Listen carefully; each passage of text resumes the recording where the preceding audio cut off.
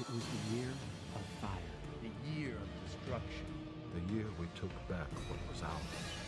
It was the year of rebirth. The year of great sadness. The year of pain. And a year of joy. It was a new age. It was the end of history. It was the year everything changed. The year is 2261. The place, Babylon 5. Hello and welcome to Chats, the television podcast, Season 6, Chatzylon 5. My name is Alan, and I'm joined by a cultural wasteland filled with inappropriate metaphors and an unrealistic portrayal of life created by the liberal media elite. It's Magellan. Well, Rachel! Rachel and Ross! Oh, gotta go to the fourth room of the apartment now. I thought when I Vote was writing for Clinton in there. when I was writing this one, I thought, like, do I call him a fan of a cultural wasteland? And I was like, no, he is one. We're all wastelands. I'm just the full, yeah. Wastelands. How are you doing, Magellan? I'm doing just fine. I'm not doing any better than that or worse. Oh, thank God. Thank God? Yeah, I ordered rotisserie chicken Yeah. the other day, and usually I order a quarter chicken. From you this got bonus place, chicken. But I got a half chicken, so I just ate some leftover rotisserie chicken, and that's something. So, Magellan, that is a lot of food, though. I feel like if we're going to have you eat that food, we need someone to help you out. Okay, I already ate it, but let's go along with this hypothetical fun. For sure. Yeah, that's a delightful this week we are joined by a idea. guest for our discussion of the first episode this week. He is the right hand of vengeance. He's the boot that is going to kick your sorry asses back to Australia. What the hell? He is death incarnate, and he's the last living thing you will ever see. God sent him. It's Ryan from the Spin Polish podcast. Oh, thank you. I'm so glad I got that one. that one. I was like, I wonder if you're going to use that for the intro, but instead it's for me. Yeah, you get the special one. I'm so glad. Of course. Yes, it's me, the famous emailer of your podcast.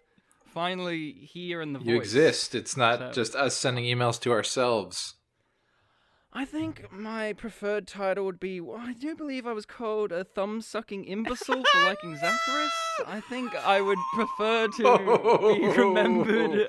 Wait, who called you that as again? Idiot. I think you did. Both of you. Okay. I want to emphasize to everyone who dogpiled on me. Everyone who was insulted in that part, Dogpiled we legitimately in the halfway You mean point. me? Yes, you. How Just me. halfway through we literally were like, we should do an apology. Like we're clearly doing a bit, but we're like, we need to do it like a real apology. We're bad people. I love it. We're glad to. Well, I was gonna be like, oh, if they appreciate my email, I'll send them a picture of my Zathras outfit. But then I was like, you know what? They don't deserve it. Oh, damn. Naughty. No, and to clarify, it was my 21st birthday, and it was just a sci-fi theme in general. So wasn't just me as Zathras and all my friends as Zathras, but that would have been a good idea For sure. all of us That as we just finally got Zathras. that question answered. You come from the land. Yeah, you were good enough to get an answer. Mhm. But- So. Thank you. So Thank glad. you for letting us redeem ourselves. I'm always happy to have our emailers and our regular listeners come on. We need to get the brothers Nick and Pat on soon, and then we got to Dan is gonna be like the last episode of Chats. We're gonna get Dan on because he's been a day God. one. Yeah. A day one, yeah, that's true. I found your podcast because I was like, I watched Star Trek Discovery, and I was so emotionally distraught from it that I was like, I want to start my own. I have my own podcast where we do movies. Mhm. And I was like, I need to do a television podcast about this Star Trek Discovery. I had way too much to say about it. And I was like, I haven't listened to any television podcasts. And I was like, what show am I rewatching right now? Oh, Babylon 5. Wow. Let's see That's if there's funny. any active Babylon 5 podcasts, because a lot of them are dead Yeah. now. Like, they're finished up. Hey, And if there's I one thing you can say about us, we are active. Oh, yeah. Exactly. And I listened, and I will be honest, my first impression wasn't the greatest, because I listened to the Quality of Mercy episode, which is the one with the life-giving machine or life-taken away machine. How appropriate. And it was the first 15 minutes was Londo's a centrist. And I'm like, oh no. I don't need this in my B5 content. And I'm like, but I kept listening, and I was like, okay, because there's this period of time where now Trump's in charge, and every piece of media is like, oh, let's all relate it to the American politics. And I'm sitting here in Australia like, I don't care Yeah, all right. That's fair. about your American That's fair. politics.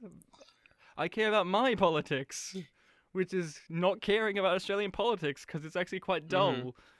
So, but yeah, so I found you guys and I was just like, yes, and then I went back and started from the beginning and worked my way up and went past where I'm rewatching with you guys. Like I'm still like in mid-season 3 right now. And now I'm listening to your last Airbender one as well because, you know, not as I've much seen political that. content in there, so I hope you're happy with that. Yes, exactly. It's And then many I was parallels. like, I could listen to the Pushing Daisies one, but Pushing Daisies kind of depresses me because Brian Fuller is always that kind of guy. It's like, you got a lot of ideas, Brian, but you don't know how to flourish them for the full time. Yep. Our read on it is also kind of sad. It's about like relationships that are doomed to failure. So maybe not the one. But damn it, we're Maybe gonna not. try. Yeah. But yeah, guys, I'm excited. I'm a huge B5 fan. I grew up on this. You know, my parents were huge fans of it when it was on TV in Australia. And with Australia, you know, good shows like Star Trek and B5 were like at 11:30 at night. Ooh. They were put on, right? On just, you know, the 4 channels that we had, right? And so it's like, we had like 4 to 6 channels, and one of them's called Channel 10, yet it wasn't Channel 10. Fabulous. But, and so when the DVDs came out, like I said to you guys, they got staggered releases. You know, like the first season, I have a box, like a DVD, and it's like a box. And then the other seasons are all like typical slim DVD cases. And it's like, oh, it infuriates me that my first season DVD is not the rest. Oh, I hate The that. same as the rest. And the movies, like a decade later, and by the time I saw them, I'm like, they're okay. Yeah. I don't ever rewatch them when I rewatch Babylon 5, Yeah, honestly. right. That seems fair So- from what we've seen. So yeah, I grew up on it, man. I love it. Honestly, my parents had like VHS recordings of it, and the 2 episodes I remember seeing were Comes the Inquisitor. That was one I saw a lot. And what's the one again? I'm forgetting the title. The one with Brad Dourif as like the monk who's like actually Passing through Gethsemane. Yeah. Yeah, exactly. So those are the 2 I watched, and I was like, okay. And then I got this DVDs, and I was like, yes. And then I had to wait 3 years to find out what happened to Delenn and what happened to everyone and Garibaldi, and I wanted to die. Oh my God. There have definitely been moments in this episode, these last few episodes, where I've just been like, I'm really glad we're recording ahead of time. People don't know we're still a bit ahead of schedule, but these episodes just flow into each other so well, and it's really nice to just get to watch the next one and not be burdened by releases. Yeah, I was going to ask you guys, like, how is it to do this show? And there's so many shows that you guys have done that are very, like, bingeable, or you want to just keep watching them and you don't because you have to wait for the next episodes, or do you ever get, like, nah, I'll watch it, and then, you know, like, do you ever do that, or what's it like for you guys to have to kind of hold off? It's challenging. I will say I do my best to never watch more than a week ahead of at least what we've recorded because I would be burning pot. I might forget details. Like I don't have a really good long-term memory, so I try to like watch close to the recording day. And if I get ahead, I'll start to like mix things together. And, you know, a big sell of our podcast, I think, for people is that we're, you know, newly watching the show. And if I'm watching a show and I've already seen the next 6 episodes, then it's kind of less exciting to hear that I got to think about an older episode, you know? Right.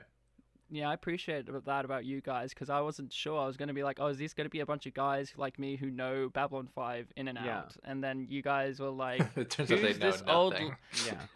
Yeah, I was like, Quality of Mercy, and it's like, who's this old lady? I don't know. I'm like, it's June Lockhart from Lost in Space.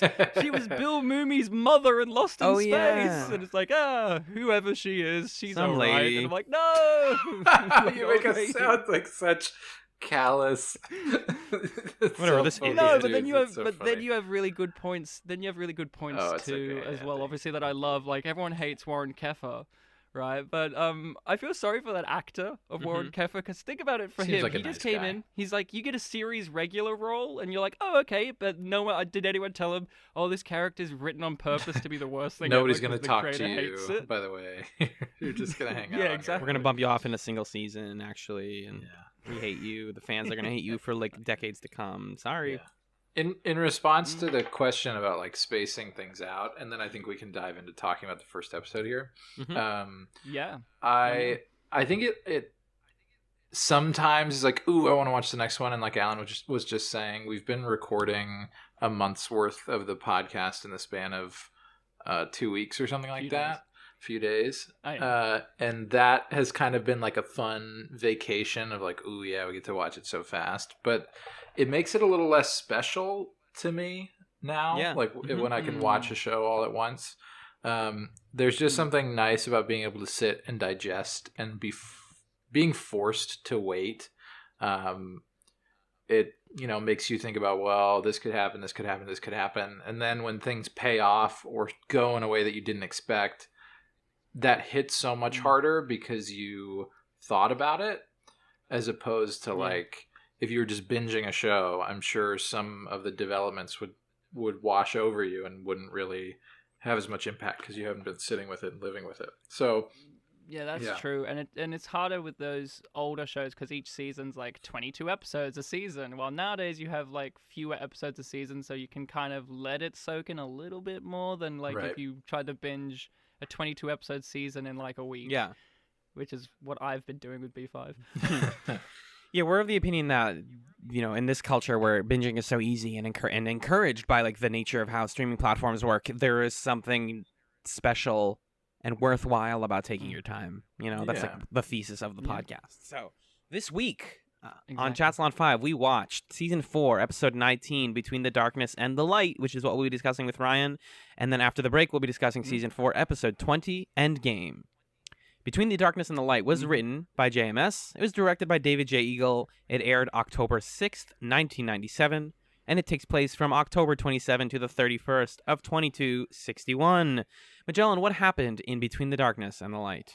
In this episode, Michael. Why is it listed here as Michael? Michael Garibaldi tries to clear his name for causing Sheridan's capture, and Ivanova is forced to engage in a risky battle against Clark's most powerful destroyers. I actually hate this. You hate what? I hate that last sentence. Can I tell you what the DVD's interpretation of this episode is? Please. Oh, please. It's so corny. Outnumbered but not outfought, Ivanova defies the odds, leading a small fleet against a warring Earth Force armada. No. A rescue force led by Garibaldi uses wit and brawn to rescue Sheridan. Cute. Okay, cute. It's so corny. I love it. That's very fun. So, guys, I chose this episode. Oh, you're ahead of our question. Yeah, I wanted to ask you, why did you choose the Season 4. episode? Season 4's an odd duck for me because I love it. It's clearly the best, but at the same time, I mentioned you guys in an email before, I do miss the simplicity of other seasons with those kind of throwaway episodes or more character-based episodes or characterful moments. Like, I think you guys were like, there is no fluff episodes that I can think of are good, but I can think of a few, like, Sick Transit Veer is a good throwaway episode, Okay, or sure. Ceremonies of Light and Dark, Sure. we just mentioned the Yosemite one. There's lots of those, but in Season 4 it kind of all blends together. But this one I chose because there's one moment that I've always remembered and I've always loved, which is the Londo part of this episode. Oh. Okay. All right. Yeah. So, I chose it because out of all the things in this season, including the execution of Morden and all of that awesome stuff he does in this season, this episode has my favorite moment from Londo in this season. That's incredible. Because it's hard to say favorite moments in the whole show because there's too many, but each season I have like a favorite, and this has it. Well, it's amazing to me, not only because we've had previous guests who said they wanted to come on because they has their favorite Londo moment, and also we watched this episode, and for most of it I was like, okay, this is good, like this is just B5 at its best, like good character work, good development. And then Ivanova kind of steals the show in the back end, and I thought like that was it. I was like, oh, Ryan likes the part you were where like an dies. Ivanova stan or something. Oh, I am. Okay, I am. all right. I love her. Well. She reminds me of my sister very much. Aw. My That's sister sweet. is very much like Ivanova. So, but no, I chose it for my boy Londo because, let's be honest, Londo is like the most well-liked and well-developed character in the entire show, right? We all love him, primarily the most. Him and G'Kar is always a battle, but like Londo is the tragic figure that everyone loves, and I'll be honest, there's few characters I've seen in media that are like him. The closest I can think of in modern television is Jimmy McGill in Better Call Saul, Yeah. Right? Like the sad clown. The sad clown that... And if they ever remade Babylon 5, which God forbid don't do it, they couldn't get Peter Jurasik, just get Bob Odenkirk to do Londo. I'd love it. Yeah. Wouldn't he? But I chose it for my boy Londo, but we'll get into that at some point. I don't know how you want to structure, how we want to talk about it. Well, there isn't too much going on before that scene, so we can definitely get there. I actually have a lot of notes about that scene, so it's great that you chose that. But we do open on Franklin and Sheridan just having a chat in the dark, and they're talking about like, man, what brought you back on the ship? And I'm glad you're here. And then it's like, no, that's not Franklin. That's not Sheridan in Babylon 5. He's still in prison. Are you sure? Are you sure though? Are you sure? Because there were some nice juicy oranges in that room. There were like a big bowl of juicy oranges, and we own. Oh yeah, look at the scene again. Oh my god! And there's amazing shot in which they have these 2 oranges at the bottom of the frame blurry, just so that you know the oranges are in the scene as well. Like they have a establishing shot where there's a bowl of oranges, and then they have another bit in it, and there's these oranges. So. When I mentioned the oranges thing, no, it's a running thing throughout the whole show that he loves oranges. Oh my god! If you ever see his room, there's these massive oranges, because he said in several episodes in season 2, I love oranges. Oh my god. I literally have missed every single oranges moment in the whole show. I can't believe it. It literally, the second the shot opens up from black, it's just a bowl of oranges in front of... Wow, this is the worst, because this is one of the negatives of the way we watch it, is because we have to kind of be in this like somewhat closed-off spoiler bubble that only Magellan can climb out of for nefarious reasons. We miss like... For looking up Garibaldi. Yeah, we miss every meme, we miss every like running joke until we're done, and then it's like, okay, what did people latch onto? Because we can't look at that stuff until we're done. So you got some oranges, but this opening scene was awesome, I thought. I loved it. I thought this was a very different kind of opening, especially following the previous episode, where that episode was like a kind of like a bottle episode where it's just like 2 characters talking, and then this opening is like a really, I don't know, grim, sad, and it's also fun to see Richard Biggs play kind of nasty, as like a nasty Franklin. And it's kind of odd for the audience to kind of see that. And then throughout the episode, Franklin is kind of like a little bit aggressive throughout the episode because Garibaldi and stuff. So it's kind of like interesting to see Franklin kind of like that actor portray that version of Franklin in that scene. And I just also think the direction's great in this episode. Like the lighting in the quarters and all that, and like it gives you this feeling like, yeah, he's not really there. He's drugged up. Something's going on. Yeah, I thought it was wonderful. It's a still cam shot that's really good. When I see Richard Biggs acting shitty, by the way, I just remember Franklin, his alternate personality when he talks to himself. The one that was mean to him. Yeah. I just think he's just doing that. Yeah, I loved it. I love that, by the way. Yeah, it's beautiful stuff. He's got a great villain role in there somewhere. I haven't looked at Biggs's IMDb, but I'm sure he's played like a great villain at some point. That's the thing with a lot of B5 actors. I haven't seen them in much else. Like some of them I have, some I haven't. He's one of them I haven't seen in anything else. A lot of them died tragically. Well, yeah, he did die. Oh, I know. He did die. Yeah. Yeah, of like a teardrop heart thing or something. Yep. But yeah, so this opening scene was pretty good. We're getting back and forth cuts to all the stuff. What I appreciated about this opening scene is how it explains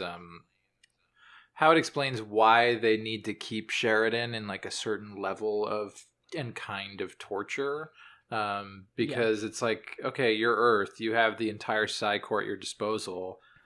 In theory, you could like mind control him to say whatever you want, so why not just do that? And then this explains, well, if we do that, then there could be a scan and people could realize it's fake or something. And then the lady's like, let's just bring his dad in here and freaking shoot his dad. And the guy's like, if we shoot his dad, that's not good. And if we don't shoot his dad after saying we would, it makes us look weak. Yeah, so which I thought that was is cool. scary. Right. It's also, you don't want to shoot his dad because that's played by Ron Howard's real life dad. You don't want that. Really? That's Ron Howard's dad. Huh.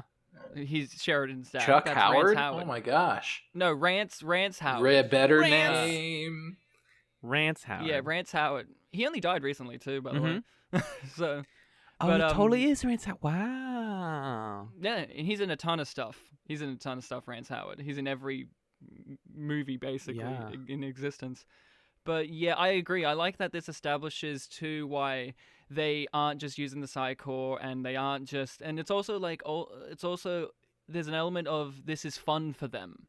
Like, I think, too, I think the Earth people, there's an enjoyment to breaking him And also, you got to remember it's the 90s too. The shifting, I find this interesting. Torture, the representation of torture in television changed. Instead of it being all physical torture, it was all more mental torture. Like in Star Trek Next Generation, they have a famous episode where a character's trying to make, Four Lights, and that's a lot of mental torture. And so it's kind of like the shifting of it just being like, oh, we whipped him real hard, to we are making him break mentally.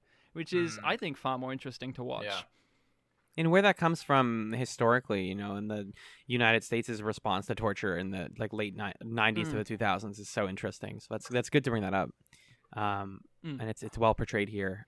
Speaking of people being tortured by circumstance also, I think that the writers of the show realized that if Londo can't be the most owned man in space, then somebody needs to just have a really bad day forever, every day.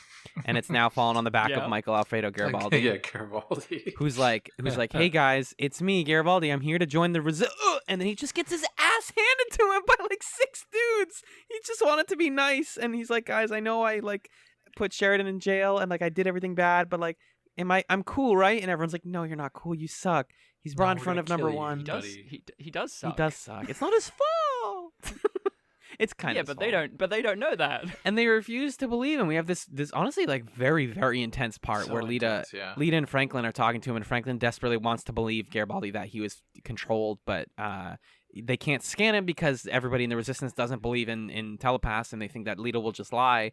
And so what she decides to do... go ahead. And it's right. Why would they believe her? Yeah. Not only because she's a telepath, but because she's his friend. Right. Yeah, she has a stake in the game. Yeah, exactly. So I actually this is one of the few times in which we have that as a doubt reason for a telepath. Is how do I know what you're saying is the truth in that regard? In that way? Especially when it's with one of the good guy telepath characters, usually it's Bester. Ooh, we never trust him, but we never have ooh, we don't trust Lita ever. Not in that way. Usually it's oh, is she from the Psychor still or what? But usually it's, or is she what's with her and the Vorlons? But I kind of like that the mundane people, the Resistance, are still yeah, I don't trust you though. Yeah, no reason to believe you. And Lita does have a couple moments in this episode that skeeve me out a little bit. She's sort of playing with the line of what's okay to do with her powers and not, because the way that the scene goes is number one tries to shoot Garibaldi, I'm just gonna kill you, just get rid of this problem, which totally makes sense. She's still not a great actress, but really? I don't think she's very good. I think I like number one. I actually really appreciate her acting, honestly. Tessa Halloran. I like her. I like her tough, no nonsense stuff. I think in moments of tension, though, she kind of it goes up and down. There's moment. The problem is you're also acting against Patricia Tallman, who's really bringing it this episode, and Richard Biggs, who's really, really bringing it all the time.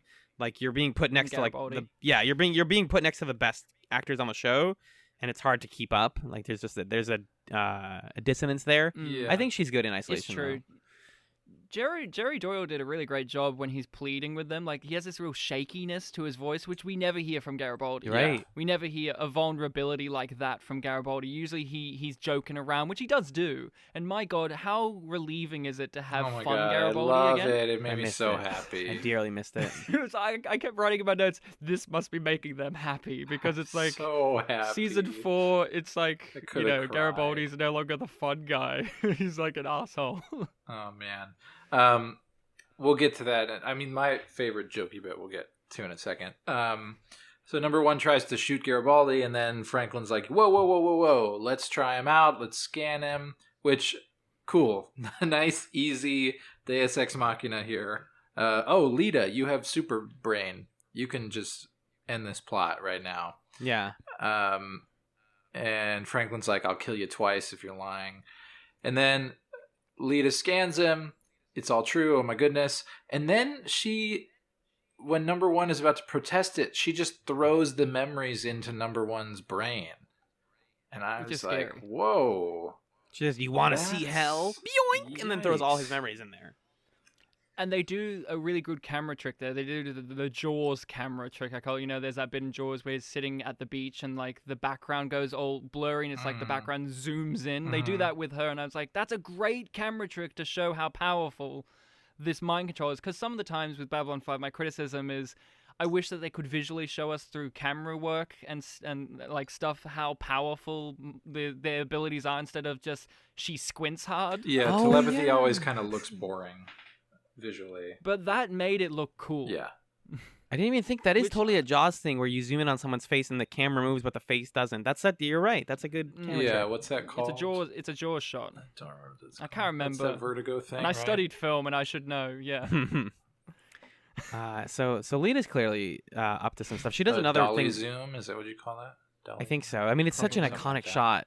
But like, anyways, Lita also does a moment later where when she whispers pain at a guy, and I'm like, you can't just be a weapon. Crazy. I was so scared. That was the other part. Yeah, that creeped me out. Because you But can't. that's been used you can't before. Put that That's been genie used back in that before. bottle. It has been, yes. She did that before. But it's been used in the show before. I remember, I think it was in the episode in first season, the evil major guy with the scar on his eye, and he was yelling at Sinclair, and there was like the wimpy little telepath guy, Mr. Gray, Harmon Gray, and he said pain, and it made him flip out, and then Sinclair punched him. Yeah. It happened in season 1, so they've established this as a barely thing that remember they season can do. 1. They do all the time, like. And, there's lots of cool telepath things. Like, I think you guys were bringing up, well, why is the gloves important was a thing you brought up. And it's like, they brought that up before. It's like, touching, but also it keeps them separate from the rest of the humans. Like, Talia says that one time. It's like, why do we wear the gloves? They separate us, and then they all hold hands. But yeah, I agree. I think Lita I wrote in my notes, she's a badass. Mm-hmm. I kept writing that a lot. I kept writing, she's awesome and terrifying. And Patricia Tolman, I'll be honest, I've never really appreciated her acting in B5 until recent rewatches. I'm like, oh, you know what? She's bringing it. Absolutely. Because it's hard. You got to, visualizing telepathy is extremely challenging, I imagine. And visualizing, the mental strain and all that stuff is great. So we get some cuts. Before we get to the Sheridan escape stuff, we get a moment back on B5. Ivanova's wrecking some ships. She's doing great. She's a badass this episode, like we said.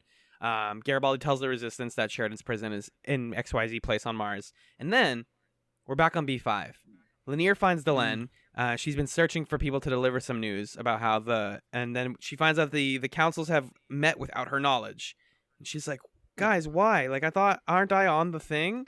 But it's important that Londo is the reason that this is happening, and they are automatic knowing him, this only depresses me. Right, this is just going to be bad. That he's holding this secret meeting. Yeah, I think that this scene is so good because it reads like something you could describe to someone on why Babylon 5 is good. Just to read from the wiki here. Back on B5, Lanier locates Delenn, who he has been searching for to deliver some disturbing news. The Advisory Council and the League of Non-Aligned Worlds have convened without her knowledge. Immediately, she heads for the council chamber, only to learn that Londo has raised a motion. Extremely cross, Delenn insists on knowing why no human or Minbari was told of this vote. A serious breach of B5 diplomatic protocol. Londo, however, was expecting this. Her presence satisfies the protocol and allows him to call a vote, which passes unanimously. Before she can react enraged, Londo-G'Kar and Veer explain that the motion was in response to Sheridan's capture. Everyone in the chambers felt that this called for a response and a show of support. They voted to assemble a fleet to support the Earth Alliance resistance. They didn't want Delenn to know so as to keep personal feelings she may have out of it, keeping the vote neutral. Yep. So it's just people concerned about each other's feelings voted for something. Is what that you can summarize it as. Yeah, and I love it. And the thing is, in B5, I love when they go to those council chambers. Anytime, and it feels like, season 4, they're not used that much. You remember in season 1, every episode had those council chambers, and it felt like, oh, cool, we're getting that political stuff. Season 4 I love, but it's more like we're doing that war stuff. Yeah, definitely. Well, I love when they go to those council chambers, it's and also it's a cool set. I love that set. Very good set. The only complaint I have about that set is that they have this big open doorway where anyone could just walk by. Right, it's where, not very private. When they enter, it's not the most private, but you give it the benefit of the doubt. You have to go through stuff. But I love this scene, guys. This is top tier Londo stuff for me because it's something that you could blink and miss, right? Yeah. The thing is, Londo is using his political power, his prowess, not for his own people, not under the persuasion of someone else, but out of his own volition and out of politically it's wise, morally it's even wiser. Right, that's said in the scene, right? And I love the way the wording is used. Like, season 1 Londo, season 1 G'Kar would say, we're doing this so that we repay someone like Sheridan. But in this, it's more like they said, we're doing it because this sacrifice should be rewarded. Like, their attitudes are no longer as selfish as they used to be. They see the merits of what B5 represents, finally, both of them. While Londo's still Londo, he still uses this is politically wise because that's the kind of guy he is. He's not the type of guy who would ever admit to others outside of his race that what he's doing is morally right. That's not what he's about. He's more, that's his kind of guys. But what I love about this is Delen's reaction to this all, right? She's infuriated. But I love at the very end of the scene, she looks at Londo and he turns around and there's like this really proud look between the two of them. And it makes me think their relationship throughout this entire show has been one of my favorites, Londo and Delen, because we barely get a relationship between them, like a dynamic. But when we do, it's always Delen is very judging of him throughout the whole entire show, like rightfully so or not rightfully so. Like I was rewatching the episode where she wanted him for that ceremony where, it was like confess secrets. And he was like, I'm looking after my past, my present, and hopefully my future as well in my own way. I don't need your thing. And she was like, well, he's lost. Can't help him. And in season 3, there's an episode, Dust to Dust, where, there's like the Psychor on board and whatnot. There's this one scene where Linnea and Via and Delen are talking about Londo and how there's no hope for him, like a darkness in the soul travels with you and there's just no hope for Londo. And Via says, that's because you guys don't know him the way I know him. Yeah. One day he will surprise you. And I think that this is that day, this scene here, because both Linnea and Delen have been railing against Londo pretty much the entire time. Like, Linnea saved Londo one time, and he was like, yeah, but at what cost? And here's Londo, who's finally using his power, he's finally doing the morally right thing for no real agenda, which is, think about that. I mean, Londo and G'Kar wouldn't have done that in season 1 or 2. Right, and they're working together, which I know Magellan beforehand, you had texted me saying, like, the one jarring thing is, like, how quickly they now seem to be, like, friends and working together. Is that an accurate read of your opinion on this? Yeah, I mean, I texted you about it. I wanted to see a scene of them like going to It's a Party and picking out the cups, and like whatever. But I guess that's sort of the whole arc of when they were talking about their joint statement that kind of flows into this. So that kind of, I was like, whoa, like you said before, Ryan, this is definitely a blink and you'll miss it scene in a episode that's just packed with all sorts of action and fireworks and things like that. This is the stuff I love from B5. These little character and political moments and that kind of stuff is the stuff I love more so than the shooties. Yeah, and it's definitely very gratifying to see G'Kar and Londo working together on something so monumental. What you were saying about Linear and Delen made me think about like it makes you wonder in Minbari culture. It seems like maybe there isn't maybe they don't really think about like redemption necessarily as people having room for redemption or only through great sacrifice, I think. Yeah, like Naroon gets redeemed. True. But it's odd with them, right? Because they're so morally pure in in the way that they treat the world. Which is a problem with the Minbari that they go through. Right. Right. That's one of the like singular causes of the Civil War is that they're too committed to their morals and not to like actual like helping people. Something I also love about this moment that goes unmentioned is like a recurring thing I noticed in these episodes, both like with Marcus's plot especially and with this one, is that Babylon 5 in wartime has kind of like gone back in people's hearts and minds as the place where peace happens. Like, this is a good place. It used to be like that. Why can't we use it like that anymore? Like, why can't we work together? It's tragic, but also beautiful that war is what's bringing all these people together.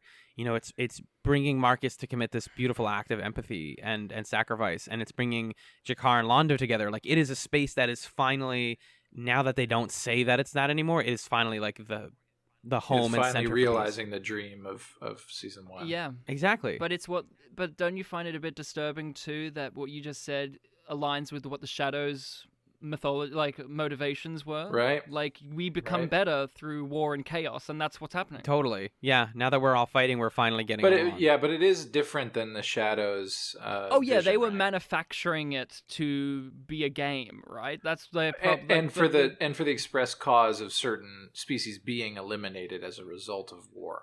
Oh, Yeah, totally. Yeah. But what I'm saying is, but the basic idea is carried out of the Vorlon's order, and their chaos is still carried out even after they're gone. True. Right. I mean, that's true. Ryan hasn't listened to this episode yet, but we definitely talked in a recent one about how some of the actions of Sheridan trying to get all the people together feels very Vorlon-y and very like, oh, we all need to work together because I know it's right and I can help the non-aligned worlds like get together because he's exactly right. He's learned from that, and so they're also learning from the Shadows of like, yeah, sometimes, and they're not doing this intentionally, but it's like, yeah, sometimes struggle brings people together, for better or for worse. This scene also has probably one of the greatest lines spoken by Via, which is politics and morality on the same side. That doesn't happen every day. Yeah. Glenn.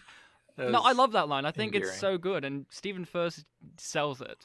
Yeah. Like he was such a great actor. Mm-hmm. You know, he was wonderful. And I also love in that whole sequence that they talk about we need to save humanity from itself because they're the glue that holds us all together, which is just B5 in a nutshell.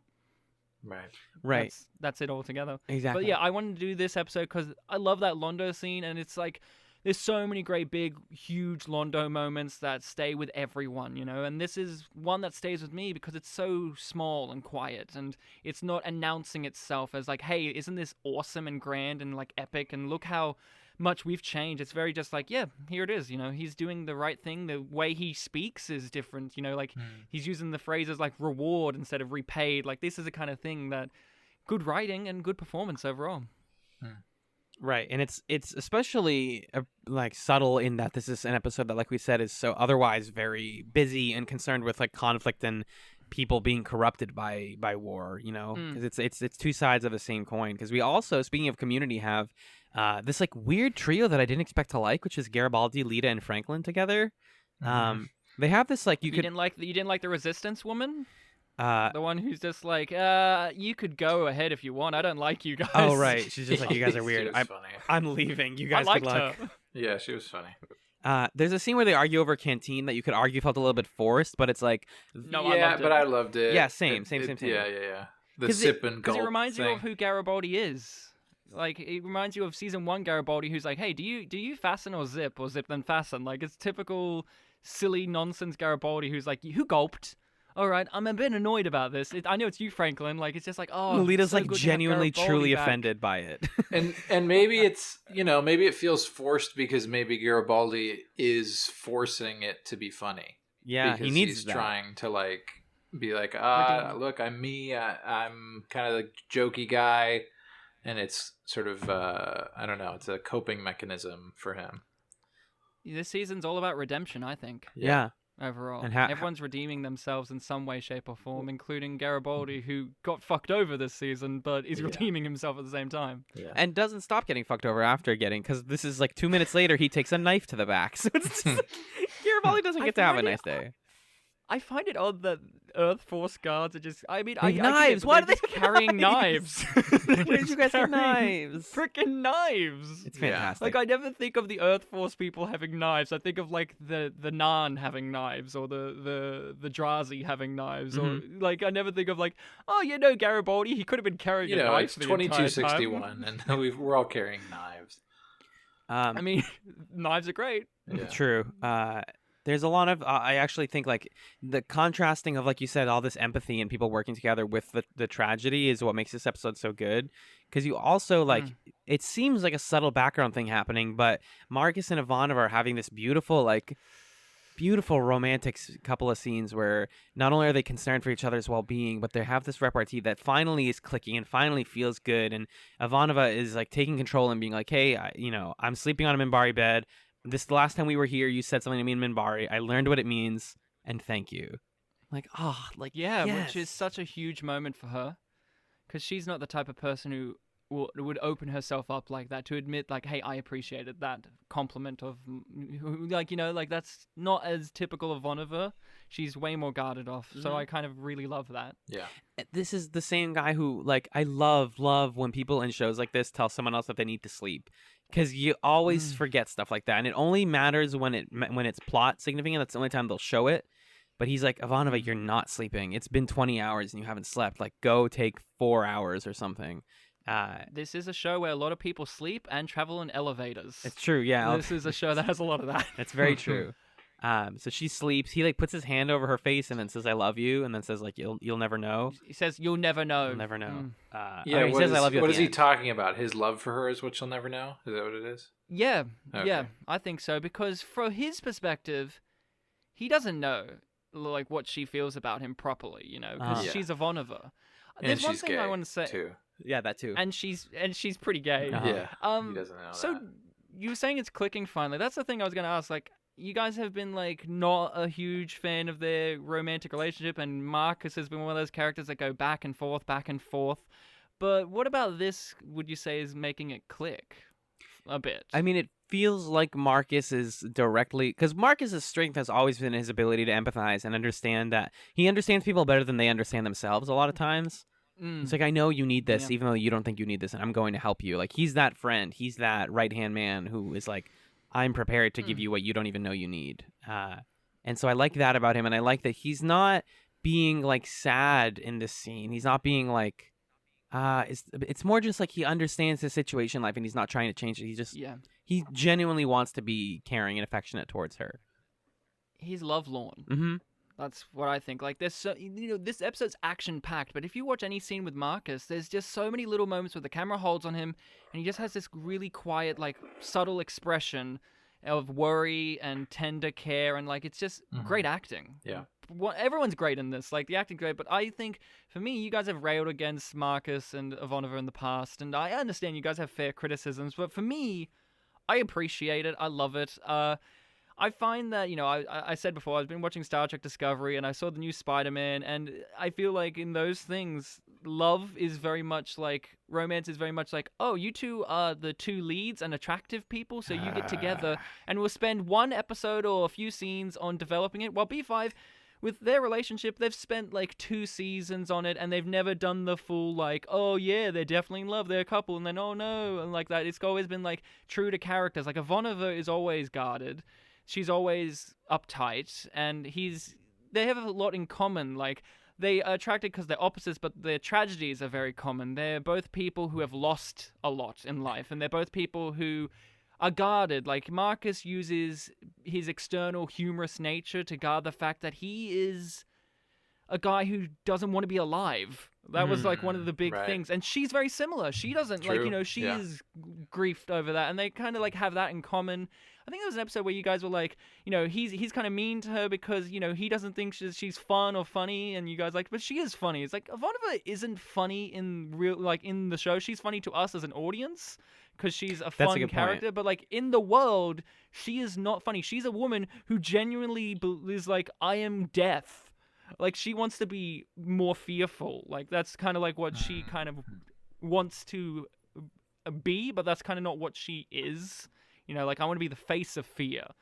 You know, that kind of thing. But we know that's not fully what she's like. I think that's why the moment in this scene, in the end of this episode, hits so incredibly hard, is because we have always thought, like, when I got to the scene, when John was like, please text me when you get to all the big stuff that happens here. He didn't tell me what it was, but he was like, you'll know what it is. And in hindsight, they really do set it up. Like, they tee it the hell up, but it's only in like a well, yeah, we should have known, Right. like, the episode where a character recognizes the love that somebody else has for them and then has a speech where they're like, here I go, I'm going to kill everybody. It's like the episode where they die. Exactly. We should have known. How could Yeah, well, you know, like, but that's B5 though too. It leads you down like, oh, well, this character's going to remain because they're the main character. Oh wait, no, they're Right. gone. Like, you can't trust the normal rules all the time with B5, which is one of the things you guys have mentioned a lot. Like, one of the episodes I listened to recently, where it was the Naroon episode, you're like, oh, I think I can finally put full trust in JMS when it comes to this thing. It's like, yeah, that's the thing. Like sometimes still, like you go, oh, is it gonna be? Oh, it is, and still a surprise, or you're still not sure. Right. And there's still Yeah. things that you go, oh, obviously that would have happened, but it still takes you aside Yeah. Yeah. because the show is unconventional, even though it can be conventional. Right. For sure. It leads you down one pathway, and then but the thing what's brilliant is it leads you down one pathway and one vision of a character, and then when they go another way, afterwards you go, oh, actually that makes perfect sense. Like this Ivanova scene where she is threatening the other ships and saying, I'm death, I'm all this stuff, and then the ship crashes. It doesn't go well, and people are killed, and she's put in a neck brace, and then everyone comes back. Sheridan sees Delenn for the first time in forever. They kiss, and you're like, "Wow, that's so charming." But then they're like, "We can't have our moment right now because Ivanova is in a neck brace, and we're gonna go up to her, and she's gonna say, "Hey, I'm not gonna make it, am I?" And he's like, "Probably not." Like, "No, you're not gonna make it." And it's just so brutal. Like she's like, "No one will tell me the truth. You're my friend." yeah, you're the only person who told me this. Ooh, that hit me. That hit me hard. Now, when she's talking about, since we're talking about this, when she's talking about you've carried enough guilt around in your life, do you think that, like, I took it as, does he? I feel like she's kind of talking about herself on a level too when she says that. Yeah, it doesn't. Sheridan has never struck me as a guilty man. Maybe I think in that moment it's her talking about herself on a level because she's always someone who carries guilt about everything. Yeah, right. Her dad and like all sorts of stuff. I mean, maybe which is neat because in this episode she uses her parents' name proudly, which is something she wouldn't have done before. Right. daughter of these people. Yeah, it's possible that she's speaking about all of his war murders from the from the Earth Minbari War. That's the only thing I can think of that he would be like guilty about. Or like, deaths of allies in the Shadow War. But even that, he's always struck me as like he understands the costs of war, exactly. and he's not going to carry that stuff with him. That's probably that scene, that final, like that Ivanova scene is top 5 most brutal scenes in this show, I think. Personally, like, because gut wrenching. Alan and I were talking about this. It's like I said to him, I think Ivanova is the one character that I like. If I were to sit in a scene and watch them dying, I would react the most strongly in denial against that scene. Because seeing Ivanova starting to die on screen, I'm like, what? No way. Ivanova's she's a badass. She's strong. She can't die. She's not allowed to Ivanova die. can't die. Whereas, like, but things aren't fair, man. Right. But like if Londo died, I'd be like, yeah, it was gonna happen. Like, Right. sad to say it, or like, yeah, it's gonna happen. Or if Sheridan died, he's basically died like 11 times. So when it's real, it's if Delenn dies, right? Because she's always like willing to sacrifice herself for the greater. Yeah, you're like, she'd, like, yeah, turn good, into right? light or So something. you're like, but Ivanova is one of those characters where you go, oh no. that's not allowed. Yeah, But she's also like like the most real, right? So it feels And like they the never most real. usually put her in those situations in the show. Right. They never really put her in death situations as often. So it comes as a shock too, because, like if it was Garibaldi, you'd be kind of like, oh, okay, because we've already had him practically die at the end of season 1 before. And if, like that kind of thing, like for me, it would be Ivanova or Franklin. Both of those. Yeah. Like it would be hard to watch that happen. But then Franklin also got stabbed brutally in season 3 and nearly died. So, well, Ivanova, she's never had any of that in the show. So it comes as an extra punch when it actually does happen, and it's her own fault. Because, she should have pulled back. They could have still destroyed it, but she was so in the moment. So I'm a warrior now. I'm finally getting to be that military person that I've wanted to be this entire show. Yeah. Because instead they've been making me a diplomat, but I'm the kind of person who wants to like shoot things on She a finally level, got and then, to. and then it cost her real hard. Yeah. It's one of those tragic, and the thing that makes it is Marcus's whole reaction to everything is just so tragic. Like not blubbing, just single tears strolling down his face, and just And yeah, it's I made her bed flat because I didn't know what else to do. the making the bed flat thing is wild because I mean it's like, yeah, I didn't know what else to do, and the way he handles the grief in the second episode is obviously important, and we'll talk about it. But like, they talk in a scene with Delenn and Sheridan, I think a season ago, about how the Minbari don't lay their beds flat because it feels like you're challenging death by sleeping flat. And it's Yeah, like exactly. in her moment before death, they laid her bed flat, and it's like, ooh, yeah, that works. you guys remembered your own lines. She is now in like approaching death as she is laying flat. And there's a lot of power in his like quiet response to it. A lot of believability in this, like, nope, not gonna let it happen. Like, terrible, hate it, can't believe it, refuse to believe it, gonna fix it.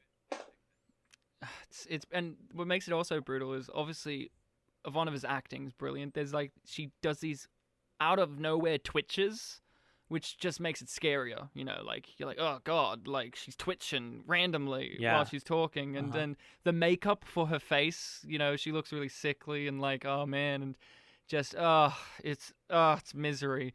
Like, you know, season 4 is like misery, but also like all these awesome, happy, redeeming things. But then it's like, hey, you like it's that a year of happy pain thing? and a year of joy.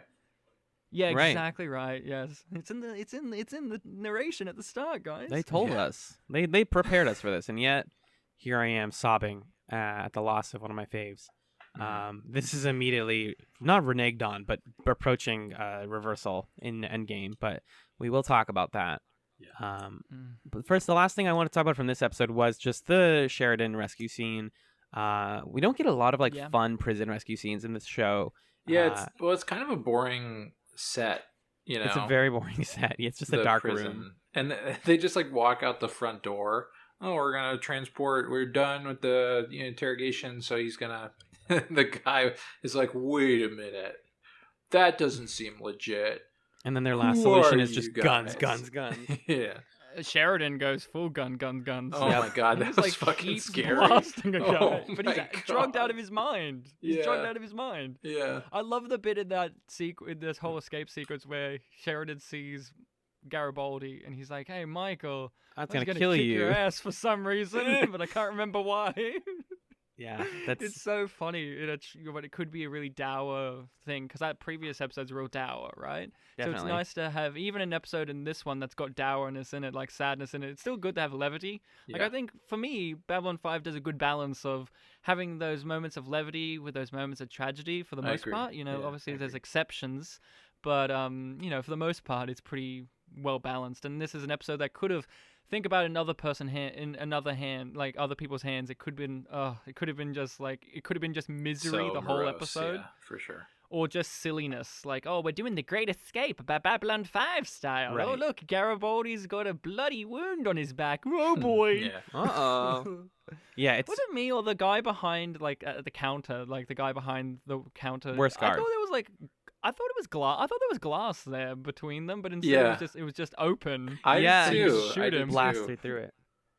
No, it was an open space. Yeah. There was no glass. Big security flaw in the like maximum security prison on Mars. This or is the whatever. Well, easiest security prison to get into. It's a secret security prison, so that's why they carry knives. They put on Earth Force uniforms and were able to just walk right in, and none of them have been on the news before. None of these people have seen like Garibaldi's face on the news. Well, the guys Well, in some the of them front have. had, and he was like, "Hey, it's me on the news." They were like, "Cool, yeah." Oh, that's why he was Get like, I on don't in watch here, TV. bud. Yeah. The guy further in was like, "I don't watch TV."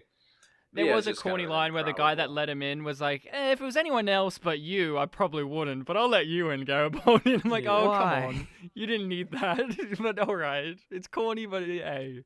Yeah. But yeah, I loved that. It's so weird that one guy who you quoted at the beginning that's just like, yeah, television, cultural wasteland. And I just love Jerry Doyle's reaction. Like, yes, he's got it. He's Yeah, got he's it. right. He Like, gets it. Yeah.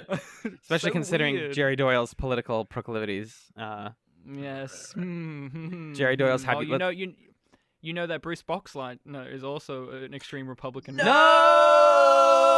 Do you want to hear a Jerry Doyle quote that I don't have in front of me? But he said, like, I think I read somewhere that he said he was so glad that they brought him on because finally there was another right-wing man against these lefties. Oh no. Yep, confirmed. This sucks. Wow, this sucks. Wow, bummer.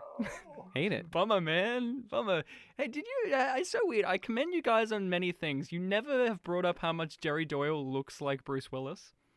Ew. yeah. Who's also commendable. conservative, by the way. Oh, I know, but there's an episode of Moonlighting in which Jerry Doyle played like a Bruce Willis doppelganger, which is funny. Really? Oh really? That's funny. He kind of And does. He looks like a also, chubbier. I don't think you guys have ever said on air, at least I remember, that Zach Allen's Kaniki from Greece, which is what everyone always says. It's like, hey, that's Kaniki from Greece. Oh, I haven't seen Grease. That's why. I Oh, haven't there seen it you in a go. long time. Yeah, he's Kaneki. Uh, Yeah, this whole escape sequence is like it's fine, but the problem is season 4 is so condensed. Like this feels like it should have been a bigger part of an episode. Yeah, like since right. this has like 3 plots going on, one of which is the Londo one that goes for like one scene. It feels like this should have been its own episode, in which it should have been like one of those ones where like Racing to Mars, where you had like Franklin and Marcus going to Mars and whatever, where, like that felt like more of a focus in that episode. Well, this one, it feels like it's too evenly balanced, but at the same time one of them feels like it should be more, like the Sheridan stuff should be more important, especially since the previous episode was such a huge big deal. It's too easy to get him out, given how intense the torture was. And maybe in the world where, you know, they knew they had a season 5 and JMS made the torture episode the season finale.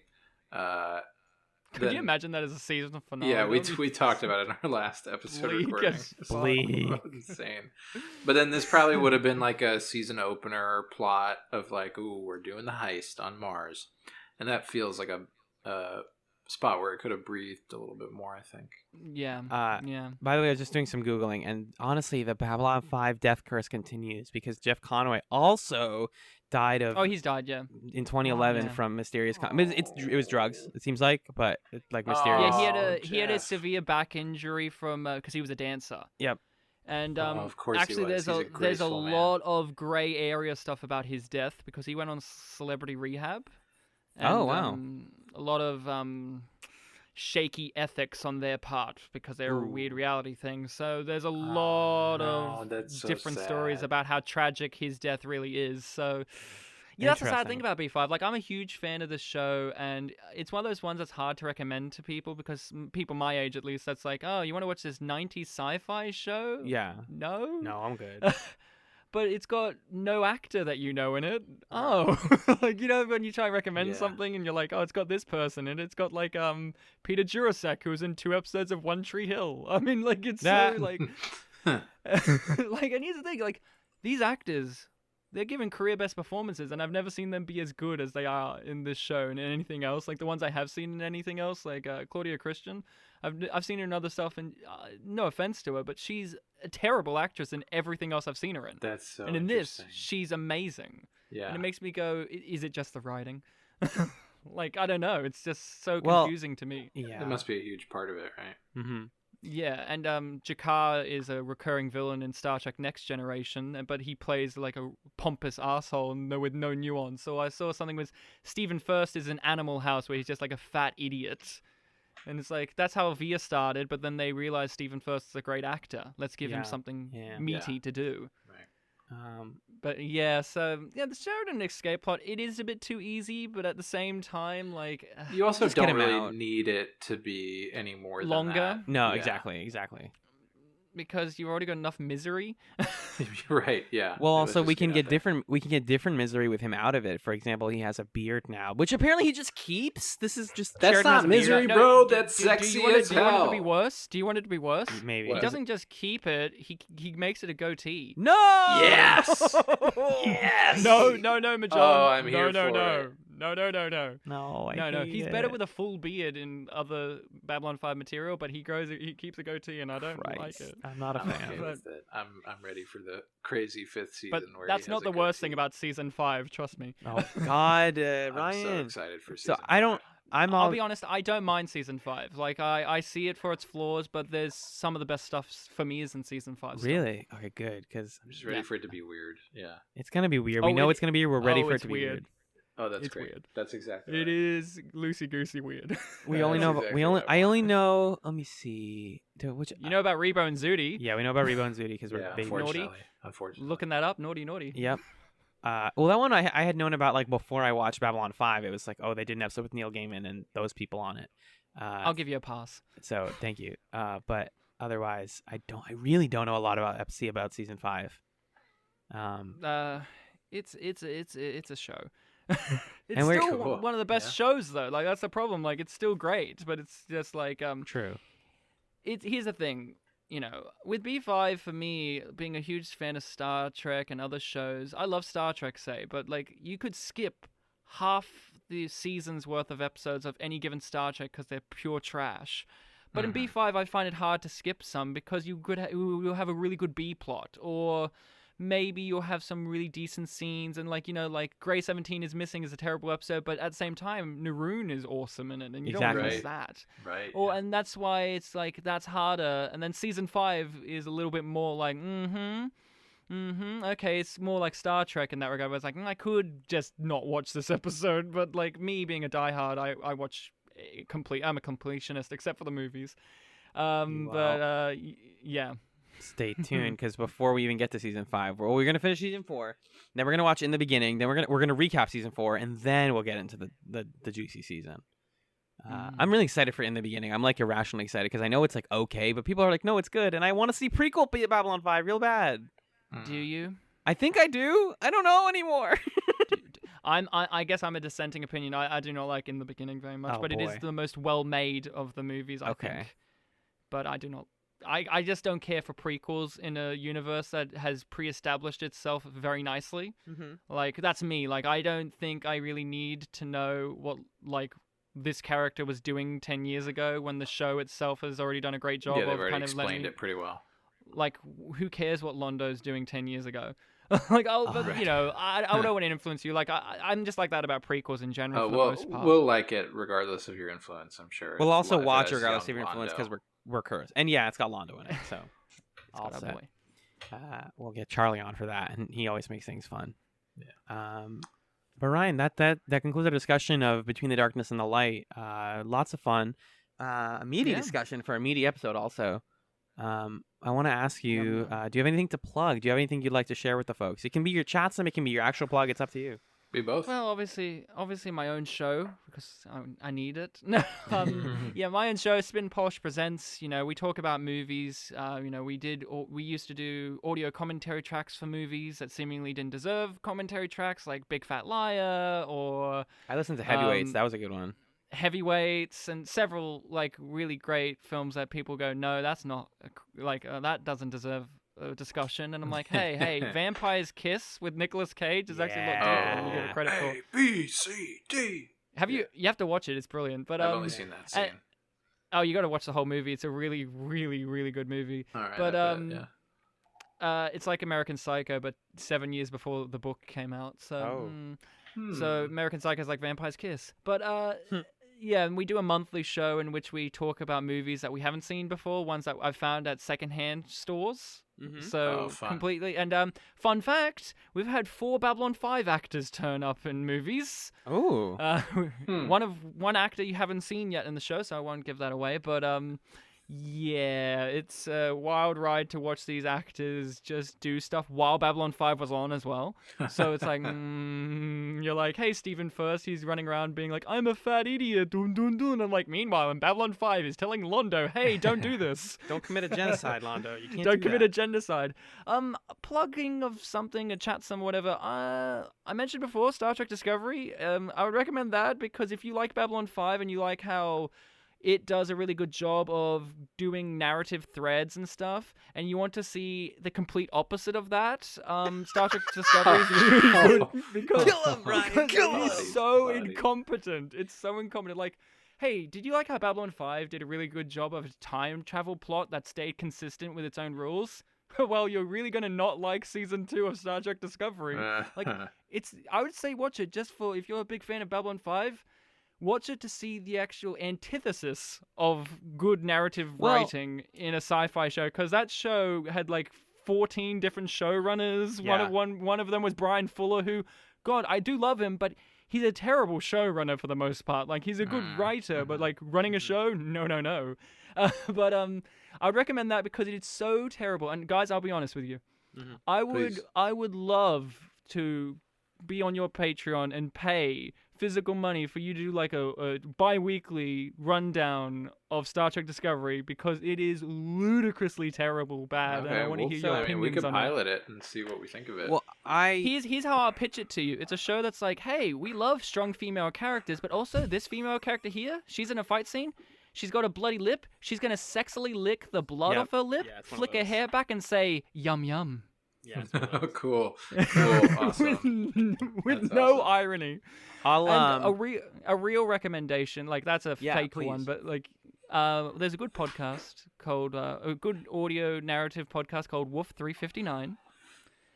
It's a really good, if you like Babylon 5 and good stories and good characters, Wolf 359 is a good narrative podcast that's about these humans on a space station that's near the star Wolf 359, and they're kind of like monitoring the star and also trying to communicate if there's alien life out there. And it starts out as a funny little show, like the first 8 episodes are like, oh, this is a funny, quirky little podcast, and then it goes sideways real quick, and it just goes intensity times 10. It is one of those shows, it's one of the few podcasts that I've listened to more than once. That's how good it is. So if you actually Cool. are looking for a good sci-fi thing, and it's all finished as well, it's all done, so you don't have to worry about, oh, do I have to catch up with the uploads and whatnot. It's finished, it's done, which is rare for podcasts. So Wolf 359, worth checking out if you like good sci-fi. All right. Fabulous. Heck yeah. Wolf Star Trek 359. Discovery for bad sci-fi. I'll just say this because someone will probably comment and be like, Alan, wait a minute. I totally chat some Star Trek Discovery Season 2 like months ago when it was starting, because here's the thing. I watched that entire series. First did I. season, lots of downs, but ends on some good Yep. notes. Second season, Somewhat. starts okay, and then, yeah, you're right, Yes. gets into like one of the worst sci-fi shows I've seen. If It's you want terrible. if you want to hear people talk about that show week to week as it was coming out and react to it, we don't need to do that because the Second Officer Slog podcast literally did that as it was coming out, and they're great, and they did it. So, you But know. I would love to still hear Magellan's take on it. Oh, yeah. Especially when Yeah, I've heard He's the never watched criticisms. Star Trek before! But it doesn't matter because Star Trek Discovery is supposed to be like, this is for anyone. Yeah, Except for right. it's also for no one. Like, it's one of those where it's like, hey, we love having new people here, but ooh, we've delved into Star Trek lore so deep that I guess for the opening of an episode, we have to show 5-minute clip of an original series Star Trek Oh episode. my to God, explain yeah, the cage, What the Oh shit my is about to God, happen to you no right way. now. Yeah, you're right. Like, it's That's amazing. nuts. So I would Alright. love to hear both your thoughts on it, because especially, you know, like Alan, you've already checked it out and you seem a little bit more buzzed about it than I have, but I'd just love to hear Magellan especially be like, Oh man. because I've heard the criticisms of Babylon 5 and I'm just like, oh, Yeah. well, if you think that's bad. Yeah. Oh boy. And I've boy. heard you guys be like, I want to go back to doing a bad show at some point. I feel like I'm got it speaking there. It to just makes me Satan sad. right now. Ugh, it just makes me sad, that show. This is frustrating because I love Star Trek to death.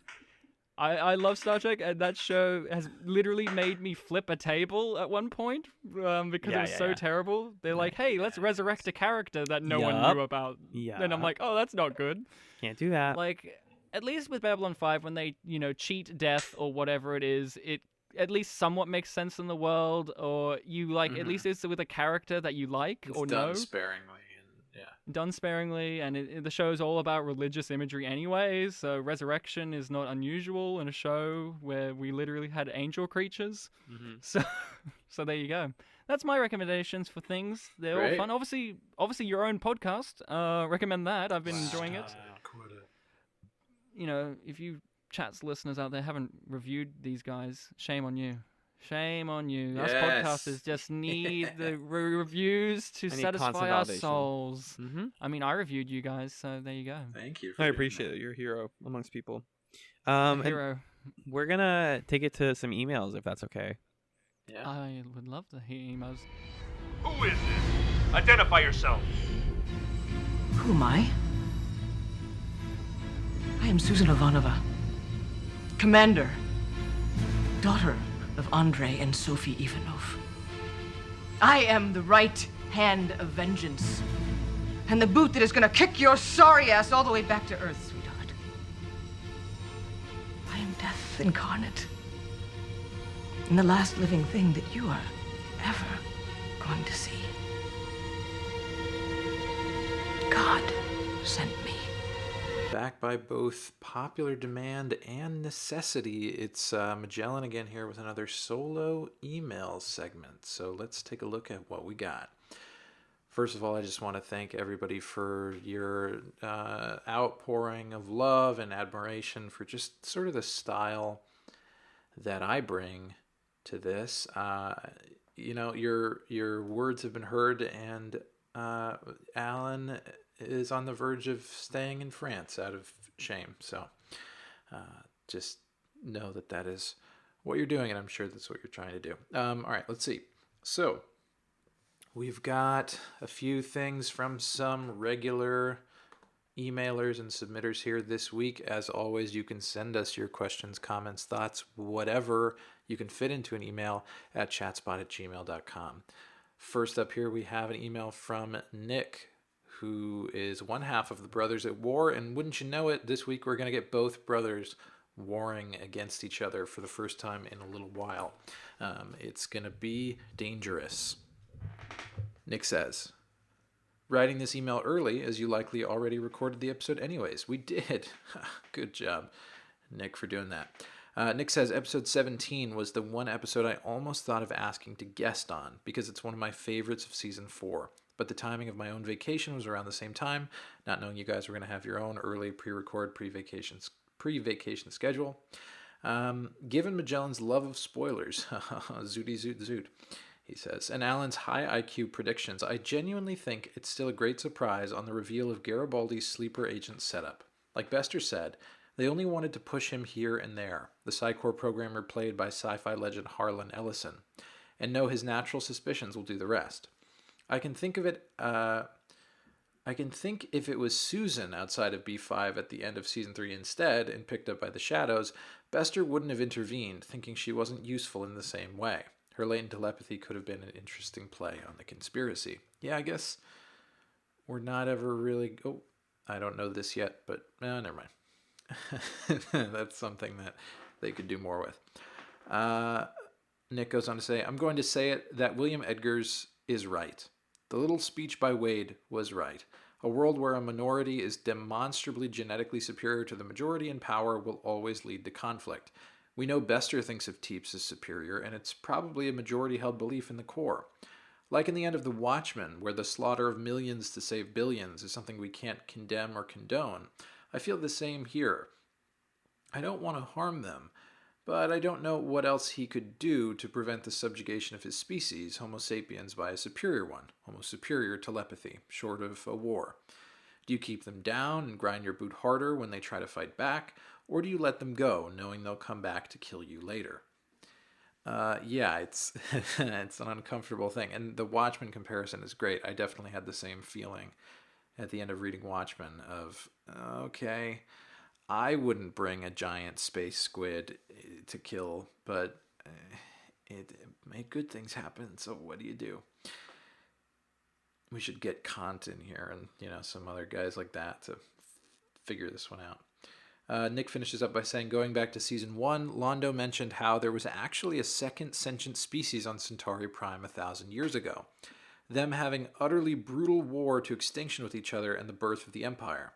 It's curious they have telepaths, but didn't encounter the same issues we see with the Corps and said previous species. We know it's not like the revered telepaths for the Minbari. Seems like the Centauri just hire for jobs as mercenaries or relegated to a posse following Emperor Turan. Cartagia didn't seem to use them, though, and probably cut their heads off first. For episode 18, it's a great break in the story structure. JMS giving something in the middle of constant space battles and politics. Fantastic. That's from Nick. Cool. Thanks, Nick. Yeah, that is a good question. How'd the Centauri dodge that one? I guess because they just all sort of have, nice orgies together and there are no problems. That's my best guess. Nick said a couple other things via email. He said that he's been listening to JMS's autobiography, Becoming Superman, or maybe he's been reading it, actually. But he seems to like it. He recommends it, and I've been listening to it, and I like it as well. So, yeah, check it out. And then, let's see. Oh, and then Nick follows up on... He was talking about a Babylon 5 card game last week that I was excited about and said that they'd actually brought it up before, he and his brother, and that I forgot about it, and I'm a jerk, so sorry, guys. But thanks for reminding me, because my memory is not always precise. Then we get, brother time. Pat, the other half of the Brothers at War, says, hey, guys, wanted to add that I see what Alan was saying about Edgars' plans. their points about being the species to be squashed by Homo superior. It always came across of being cold Vulcan logic, said with a Dr. McCoy voice, please. I don't know Dr. McCoy's voice, so can't help you. Is he Scottish? Cold, no, it's Scottish, cold, no, sorry, cold doesn't really, cold, no, I should have done some research before I did this email segment. I'm sorry. Next time, I'll do my reading and my watching, and I'll get you next time. It always came across as being cold Vulcan logic, solution to a society dealing with a Psy-Corps-like threat. Technically logical, but void of humanity or emotion. Scary stuff. For your information, Nick is Zathras, and I am Zathras. And the apostrophes in different places. Pat finishes up by saying, keep up the pods. I look forward to every pilot's. Oh, thank you. That's from Pat. And then finally, we have another regular contributor here. And actually, you were just listening to him talking. This is Ryan from the Spittin' Polish podcast. Ryan says, well, the subject line says, baby daddy likey. I'm sure I said that. And that's what that's a reference to. In the body of the email, Ryan says, I find it so interesting that you both like Edgars as a character because for me, I've always been meh on him and found him to be a little over the top. That being said, I actually agree with your points on Edgars, and I can't wait to see him and that plot on my rewatch. When it comes to Bester and his motives, I always look... When it comes to Bester and his motives, I always took it that he doesn't actually have a true allegiance to Earth, Clark's regime, and sometimes even the Psy-Corps, but to the race of telepaths, and that he has his own vision for them. That's an interesting take, right? It never seems like Bester... I can't remember a time specifically where he's even talking about Clark in a positive way. He kind of just like talks about him, refers to him in passing. Bester in Ship of Tears seemed angered that his people were being used as tools and weapons for the Shadows, and that the humans willingly handed over his people, and he doesn't seem to be happy to then have this superior race serve and obey Clark's petty dictatorship. Totally agree. That's a very good point and good take on Bester and what he's all about. That's what's interesting, is that his motivation is kind of skewed to what the other bad guys are doing. That's what makes this show cool and complex. Then Ryan says, you guys also talked, this is another bad memory moment from us. This time Alan shares it with me. You guys also talked about that it was neat to see two people of color talking to each other for the first time. I know you may have been joking, but it's funny that you've brought this up every single time since season 1 and keep saying it's the first time. Franklin's dad was, of course, played by a person of color. Yep, you're right. But I must say, upon my rewatch, I've noticed that most of Franklin's staff and fellow doctors happen to be played by women of color for the most part. That's cool. I remember reading somewhere that Richard Biggs really appreciated that his character wasn't focused on as being the black guy, and that his race didn't define the character, which it could have easily done in a show with allegories of bigotry. And that's from Ryan. That's thanks for calling us on that, Ryan, because we do keep saying that. It's good to keep saying, but we shouldn't keep saying it's the first time. Anyway, that's that, everybody. Please send in your thoughts and comments on what we were just talking about before this segment and what we're about to talk about. And I think next week will be the last time that I am solo style. So, get me to do a Scottish accent, whatever you want to do. That's it for now. And now back to the ChatzKids for the rest of the show. Delenn, what is it? John, Marcus is gone. Gone? But he wasn't hit. He left. Lanier believes he's en route to Babylon 5. What? It can't be. Marcus would never run out in the middle of a battle. What the hell's on Babylon 5? John, I think you should take this privately.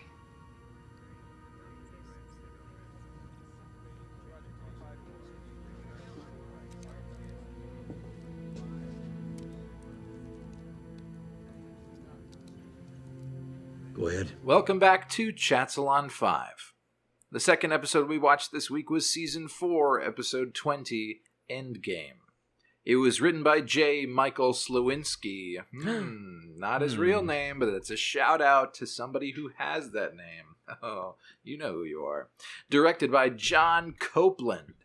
It aired October 13th, 1997, and it takes place from November 1st to November 3rd of 2261. Alan, what happened in Avengers Endgame? The year, 2261. The name of the place, New York City. Captain America dies. No, in this episode, with the other races and the Earth Force vessels that joined the insurrection behind Captain Sheridan, President Clark makes his last stand at Mars and Earth. When his fleet is disabled over Mars, he decides that if he cannot rule Earth, no one can. Oh, boy. Yeah, big steaks, big juicy red raw steaks. Yeah, bring them out. Let's see. Medium. Ooh, medium. That's juicy. What's your rule with steaks, Magellan? Do you order steaks from restaurants? If you do how do you get them ordered? Are there people who don't order steaks from restaurants? No, but like there are certain restaurants that I don't like to order steaks from. Like I don't want to get a steak from a Chili's. Chili's will do a steak. They'll do a steak, okay. I don't trust Chili's to do a medium well steak though. Why? Because they'll burn it? No, if I'm gonna get it from like a cheaper place, then I'm gonna get it well done, because there's no You don't trust error the of meat. margin. Yes, trust the meat. I mean, the true thing, like the not paranoid thing, is all the meat that makes it to market is like prepared and cleaned, and you're not gonna actually get salmonella from most meat that you get at a restaurant. Yeah, but live a little. I'll get a steak from a Chili's. I mean, I'll go medium well. I wouldn't go well done. That's going to get crispy and not good. In Arab culture, we tend to eat most meat over a little more cooked than everything else, so I've always gotten everything well done since I was a kid. But someone recently was like, "No, dude, you gotta get everything medium rare." Yeah, that's when you get that flavor. It's true. I know it now. We have like the one American Italian guy in our like family group, and whenever he comes for like cookouts, he's like, "Give me the grill! I know what I'm doing." I'm gonna cook this bloody yuck. He's Why kind of does he say that? Why does he say words like that? Yucky. He's kind of like the John Sheridan of this, where he's like, "Come, give me the ship. I'll ram it into a hot beard. No. I've got a sexy beard." So we didn't talk about how in the previous episode we actually like. Our guest emailed us and was like, "Hey, we didn't talk about the shadow ships." This is the next day, by the way, in case. Sorry, it's been a day. Yeah. We didn't talk about the fact that Ivanova is fighting shadow ships, or what is it? Yeah. Yeah. Well, she's fighting their Earth destroyers, like the battleships that are joining up with them, like the Agamemnon. But they did a mega evolution and gained dark type. Yeah, Alakazam has a beard. Yeah, it's pretty scary. No, that wigged me out, man. When these big ships come in and they got like the shadow spikes bursting off of them, it just continues to drive home like, yeah, the shadows are gone, but they still have this overwhelming influence on how the universe operates. It's not something that we've escaped from. And I would imagine we're going to still be dealing with the ramifications of the shadows and what they've done, and the Vorlons and what they've done all the way to the end of the show. You think? Yeah, I think so. I mean, why not? I mean, they're gone. Doesn't it invalidate them being gone if they just keep being here? But they're not here. It's their followers or their tech. Like, we know that something's up with the Drakh. Yep. They like the shadows. Yeah. And we know Shadow that, Junior. We know that Mr. Mime over on Satari Prime. What's that guy's name? The kind of scared guy. Now he's like Ambassador Verini. Verini. Yeah, he's not an ambassador though. But he's like, what is it? Like a regent or Emperor Regent. Yeah. He's gonna have a little friend on his neck that's probably a little monster. God, they haven't even dealt with that yet. You're right. I know. Yeah, that's just sitting around. Can you imagine if they'd been off the air? You just be like, I guess the Verini stuff never got taken care of. Yeah, okay. They never resolved it. I guess JMS just leaves things unresolved. That's his legacy. You left my Said wife no, unresolved. It's not. What? Yeah. What? I don't know what I just said. Okay. But speaking of telepath stuff, that meant nothing. Nobody read anything into that. They're preparing for war, and so instead of having shadow-boosted ships on their end, they're putting telepaths, they're sneaking telepaths onto 30 of Clark's destroyers. He has 36 destroyers, it sounds like. Garibaldi quotes 36, and they figure if they can get most of them taken out, then it's going to be worth the damage to the telepaths that they're putting on there. Yeah, so we learn what the shadow telepaths are for, which is they're essentially bombs. Grenades. Yeah, grenades. They're being put on the ships, and then Lita goes out into the desert of Mars, and like her eyes go black, and she puts on a Wi-Fi router. Yeah, and wakes them all up. And then we get this sequence where they're wandering through the ships, and Franklin is explaining to some of the Mars people what the deal is. Yeah. Basically, they're just going to disrupt stuff and shut the ships down because they are scared and don't know where they are. And I don't know, what did you think of this strategy, my friend? It's super bleak, man, because the woman who I think you were saying is like, this scene would be a lot better if she was like bringing more acting to it. But she was not good. She was like, what? You can't do that. Franklin, you are a doctor.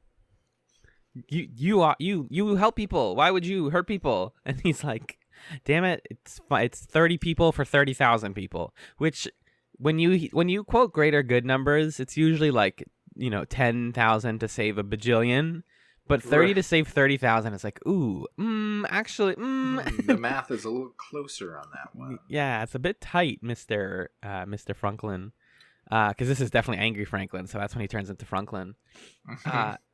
And he's like, yeah, we have to. And we can't take... Well, his argument also is like, we can't take the shadow tech off them unless we get to Earth, and we can't get to Earth unless we blow up the destroyers. So, oops.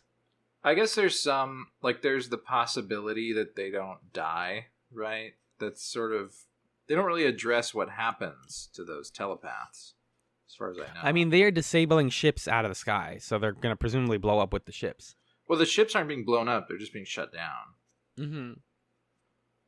But once they're merged, I don't think they can unmerge them without them dying anyway. So it's kind of like now they're just stuck in those ships. There's going to be 30 shadow telepath possessed ships in the sky. Oh, okay. Yikes. Until they just stop working.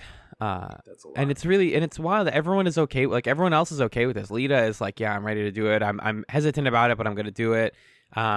This is a really exciting action scene. It reminded me a lot of Star Wars, actually, where the bombing run happens. A White Star tries coming down to the Mars planet to get everybody, and the bad guy, the Earth Force, attempts to shoot it down, and then they shoot down the turret with their own turret. And you're like, this is a lot. This is very Hoth battle and stuff. Yeah, right. And the scenes where, all of the crews get murdered are really fun. There's one shot where it's like on one of the main...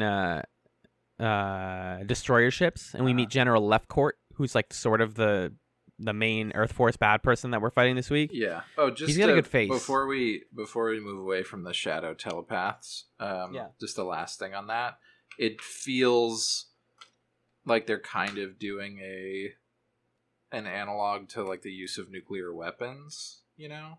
That feels like a common way that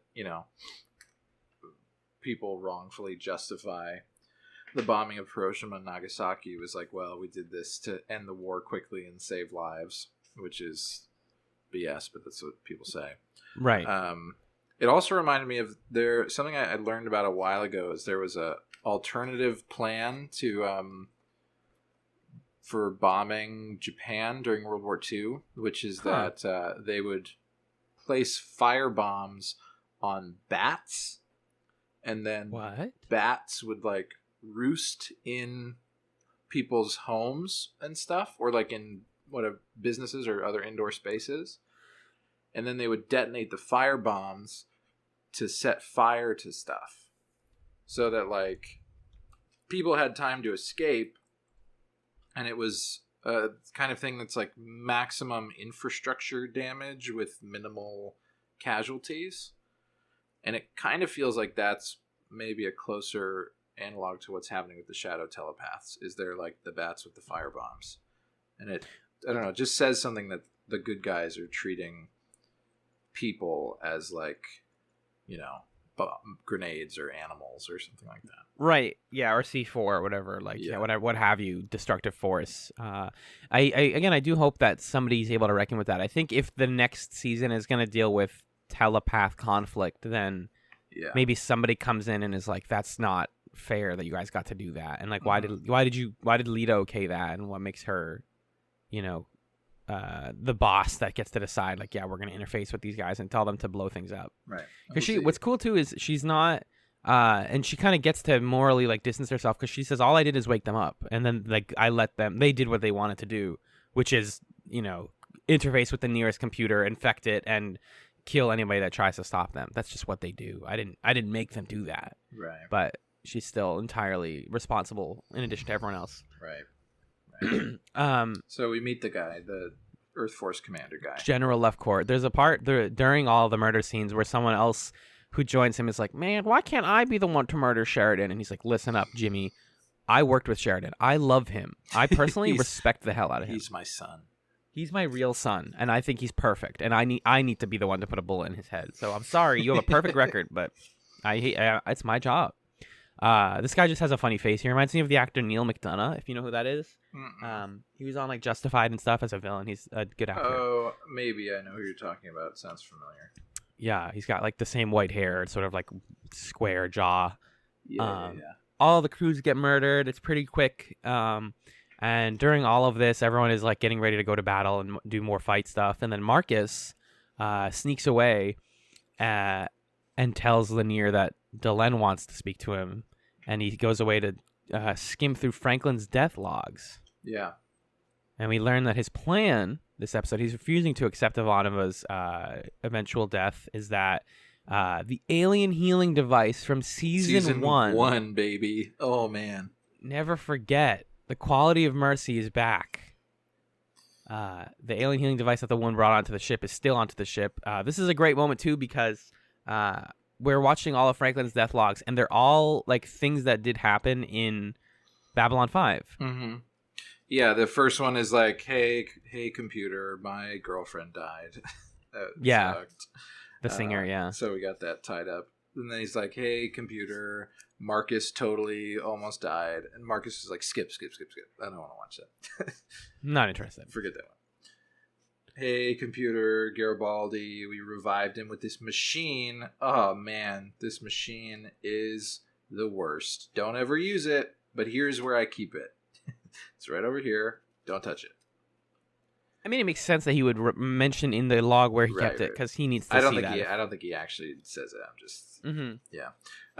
But the thing that really amused me about this scene is how Marcus starts it. He's like, hey, computer, search the medical records for the following keywords. It's like death, life, extreme circumstances. Season 4, Babylon 5. Computer, search records for I'm desperate here. Cut me a break, God. Search records for cheating death. Search record for magic machines. And he finds the machine, and so Marcus steals the machine, and nobody figures out what he's doing before he's already done it. He plans to take his own life force and put it back into Ivanova so that she can live and that he will die. I mean, is it no? If you had to have one of these characters, wouldn't you rather have her? I mean, okay, you're asking a very bleak question. Yeah, I know it's like in universe, like, yeah, no, it's sad. I don't think this is gonna work. You don't think so? I don't think this is gonna work. Why? Everyone knows where he is now. They're gonna try to stop him before he dies. But we see at the end of the episode that he's already there. Well, he just goes unconscious. Also. Yeah, but they're too late, I think. They're like starting to go to where he is. Sheridan it's significant. Sheridan makes the choice when he leaves. Right, that's true. Delenn calls and says, hey, baby, Marcus left. And then he's like, what? I love that scene just because he's talking to people and there's a guy behind him who's listening to everything he's saying. And then she's like, Sheridan in private. Yeah. He He puts on he spends 30 seconds putting on a headset. Like, hold on. Oh, it's really bad. Dylan, give me one. Don't say the thing yet, Dylan. Dylan, hold on. I love that. And he finally gets on. He's like, all right, go ahead, Dylan. She's like, we're fucked. And he's like, oh, okay, yeah, for sure. She's like, yes, for sure. He's like, oh, damn. Yeah. Basically. But he makes the choice in that scene. He knows that Marcus is going to sacrifice himself to save Ivanova's life. And Sheridan says, well, we got to ride right now. There's nothing we can do about it. There he goes. Because that nosy guy behind him is like, if we go back, the whole mission has failed. So we either finish the mission or you save Marcus. And he's like, all right, well, he made it a choice. I'm making a choice. So I go forward. He's never been the best character on the show, so I guess let him die. What's great here is that I like the pacing of the rest of the episode because at this point we think that Left Court is taken care of. All of his destroyers have been destroyed. And he's no longer disabled, yeah. And we're like, okay, so he's no longer a factor. Yeah, we don't have to worry about him. He's essentially out of the show. Mm-hmm. Sheridan is like, put me online with all of Earth. He relays a message to the people of Earth about how we didn't want to have to do this. We hate that we have to do this. We're doing this for you guys. This is for the people. We need to arrest President Clark. Yeah. This is cross-cut with one of the senators on Earth. Along with a whole squadron of people marching on Clark's office. Mm-hmm. Clark is alone. We finally see him. We haven't seen him in person in so long. He's sitting alone in his office. We've never seen him. We've seen him before? We've seen him on screens before, yeah. Okay. Very briefly. But he's just doing paperwork in the dark. He knows he's going out. Yeah. They knock on the door. He finds a PPG in his drawer, and he fucking shoots himself in the head. And they come in and they say, oh, hey, Sheridan, he already did it. Yeah, he's dead. And he has left a little message.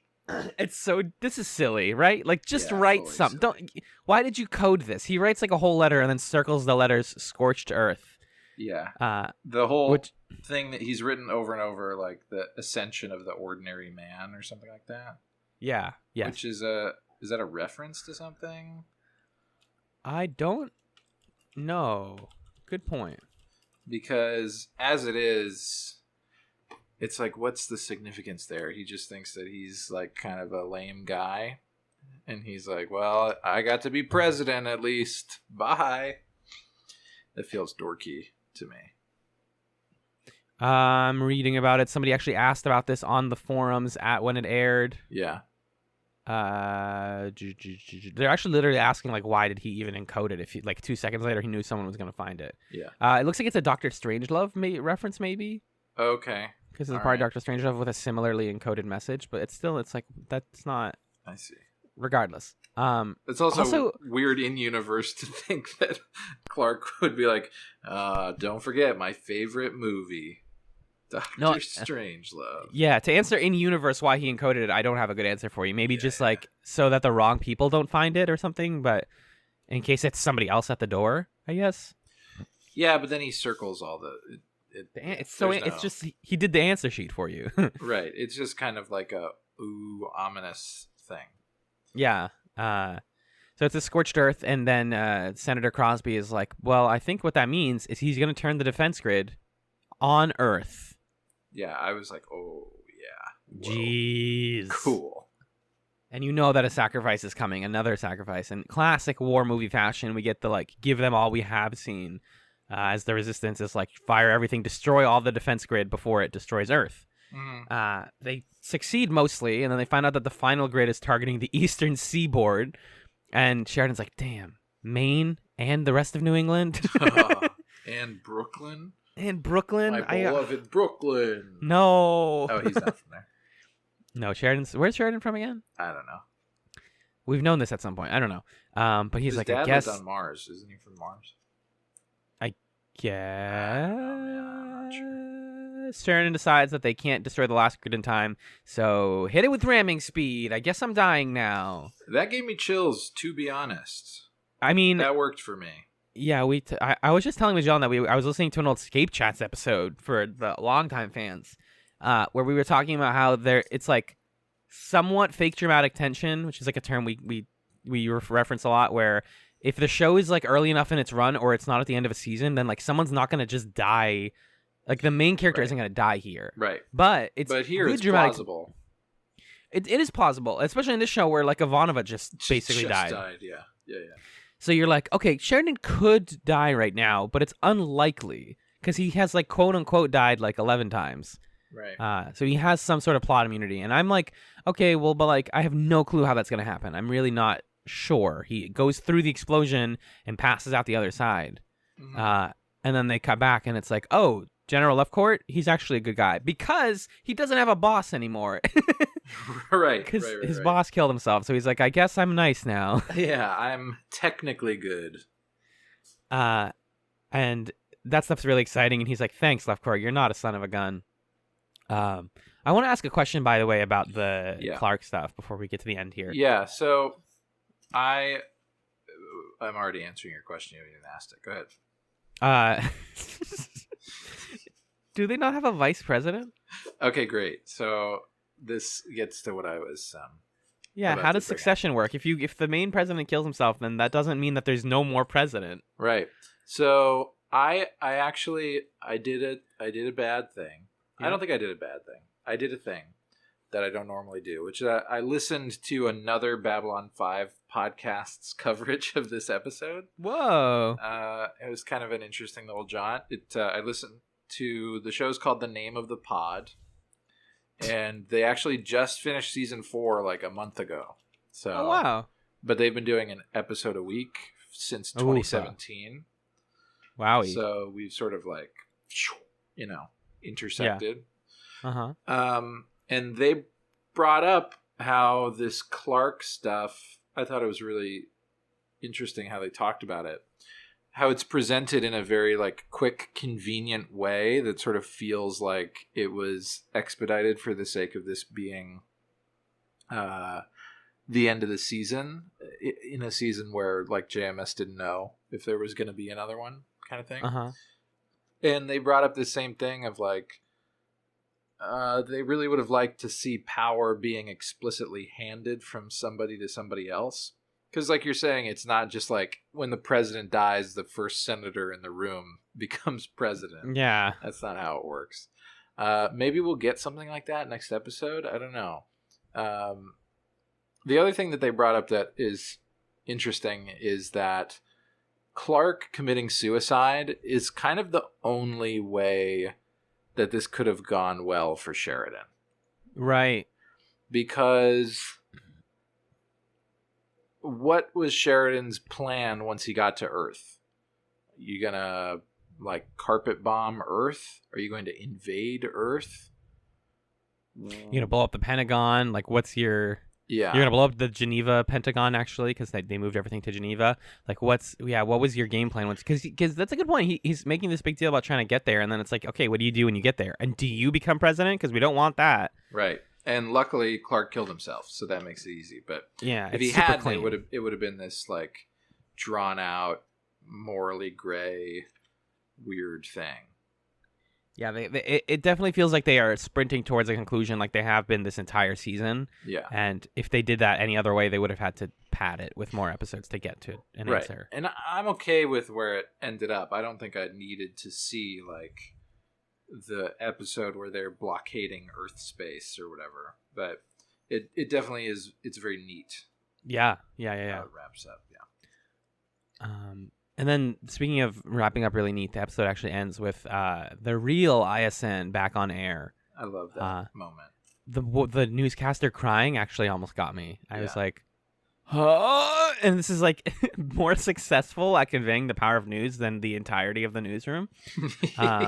Just gotta say it, because she's like, we're sorry we've been gone for so long. Like, she literally hasn't, but she says we're sorry we've been gone for months now. Things have been really bad.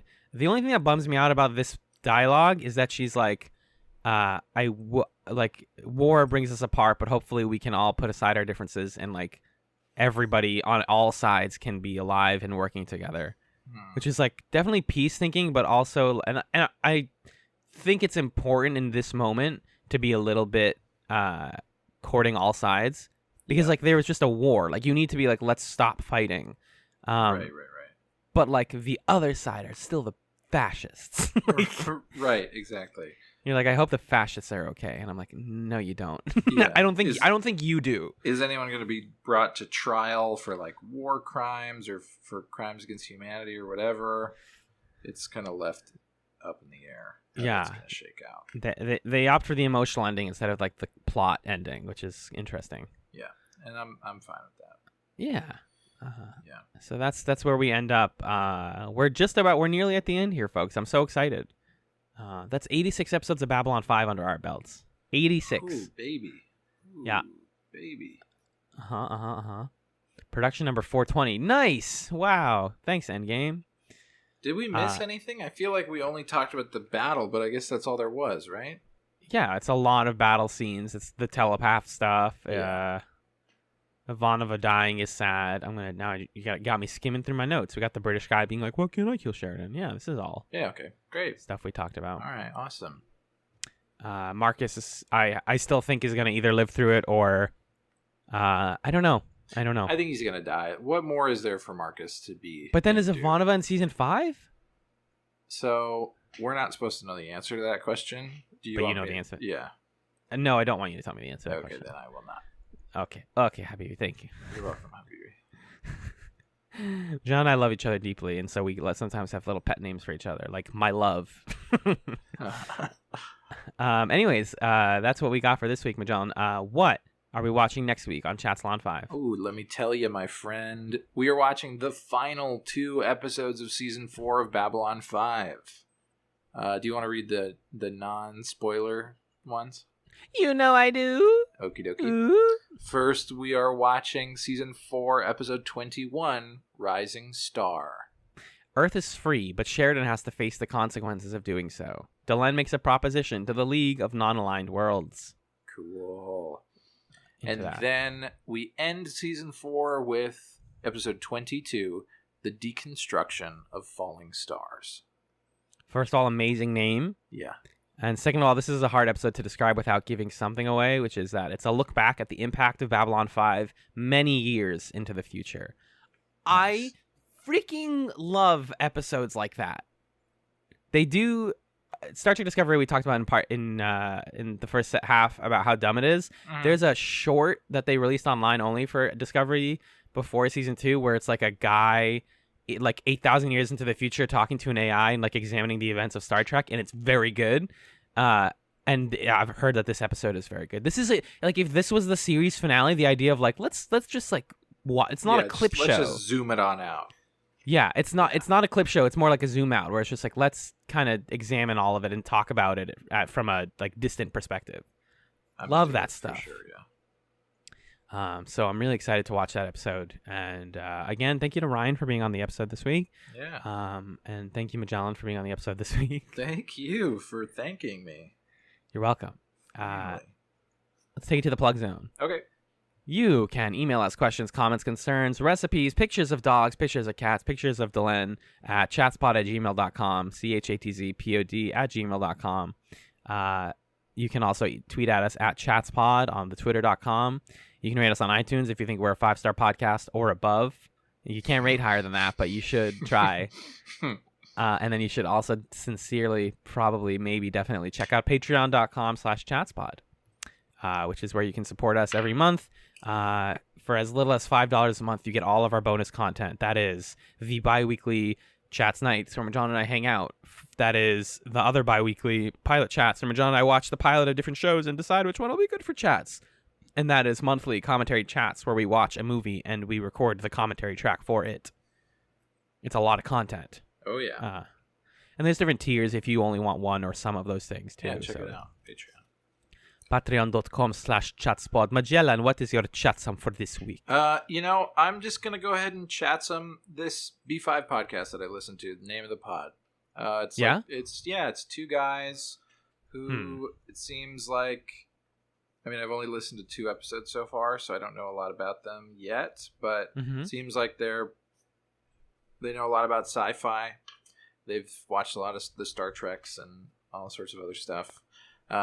They've seen Babylon 5 before, so it's a different flavor from how we do it. They watch usually one episode per their recordings, sometimes two. But I enjoyed it. They have, I think what they talk about and think about complements what we focus on fairly well. So if you're like, oh, I just can't get enough, then a stamp of approval from me. Stamp.